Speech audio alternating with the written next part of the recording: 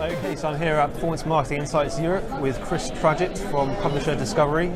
Chris, we're just going to tap into your debate you had this morning around traffic quality. Do you want to just touch on some of the main points that came out of that? Yeah, sure, yeah.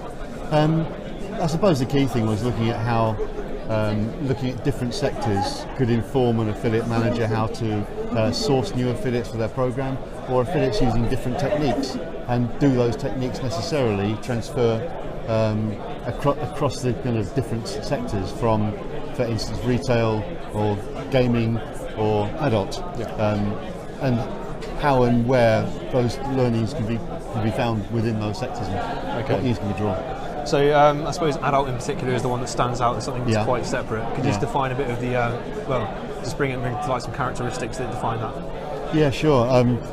The adult sector is significantly different to general retail affiliates, certainly, and even to some of the more kind of outlandish gaming affiliates. And the gambling affiliates are perhaps a bit less constrained by compliance or brand issues than a lot of retail affiliates, and adult affiliates are even less constrained, and so there are all sorts of practices that go on which would be considered maybe black hat in other sectors.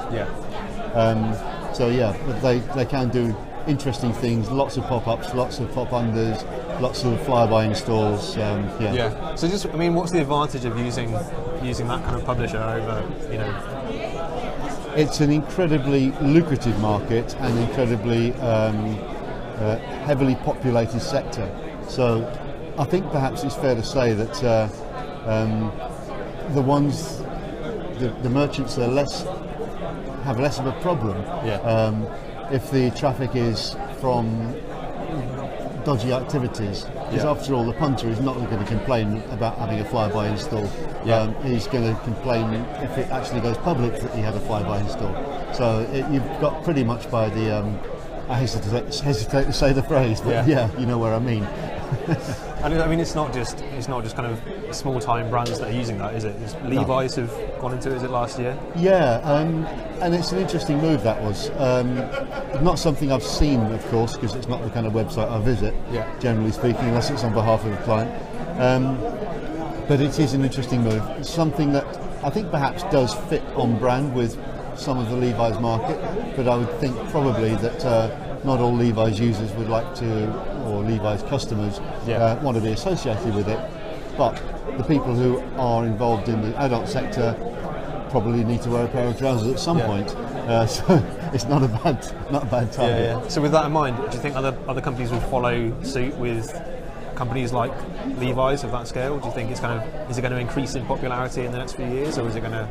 I think their competitors will be watching very carefully as to the impact on brand, and I think there will be quite a lot of research and focus activity trying to kind of understand what impact there is before taking it further. It'd be interesting to see if Levi's continue that activity and continue in that sector, or whether they would pull out from it completely.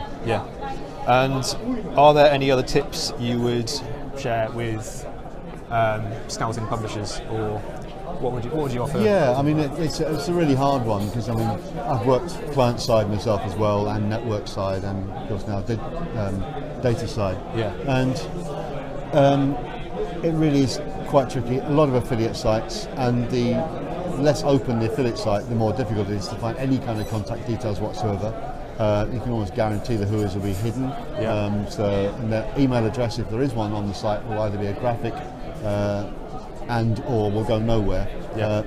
They might just empty the email inbox once a month. So as most affiliate managers will know, you send an email and 1 in 20 might be answered if you're lucky. We're finding increasing usage, and certainly a couple of our users of the Publisher Discovery platform have found the ability to be able to just click through on social if they're logged into their OPM affiliates handle on Twitter or on Facebook or whatever they're using, just to kind of hit a follow on the affiliate site they're interested in, get followed back, and you've got an opportunity then for direct connection. That really gets under the email radar. Okay, and just finally, I mean, taking affiliate marketing as a whole for the next year or so, what do you think would be the key trends to emerge? It was interesting on the session this morning. we all pretty much as one kind of said, yeah, okay, it's the final kind of heavy move to mobile. Yeah. Some sectors, like in India, Southeast Asia, Korea, a lot of the affiliate activity went direct to mobile before landline actually happened properly. Yeah. India still probably hasn't, but and the cost of mobile in India and a lot of those emerging markets is so much cheaper than elsewhere in the world. So it makes sense for to actually go through there. But it also means that it's a much more hidden sector across there, because a network in India with 1 billion population we might only see 1,000 websites linking into. Yeah.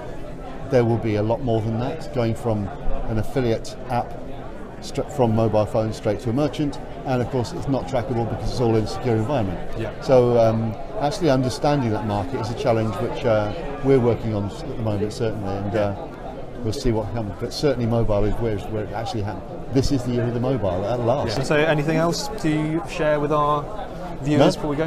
No, I think that's covered pretty much it. Yeah, there was a lot of talk from Albert and Mark on the panel about how kind of they're using different other techniques on being more innovative in tracking, and I think that was crucial. Certainly some of the tracking whereby looking at affiliate traffic and seeing how to use that more effectively.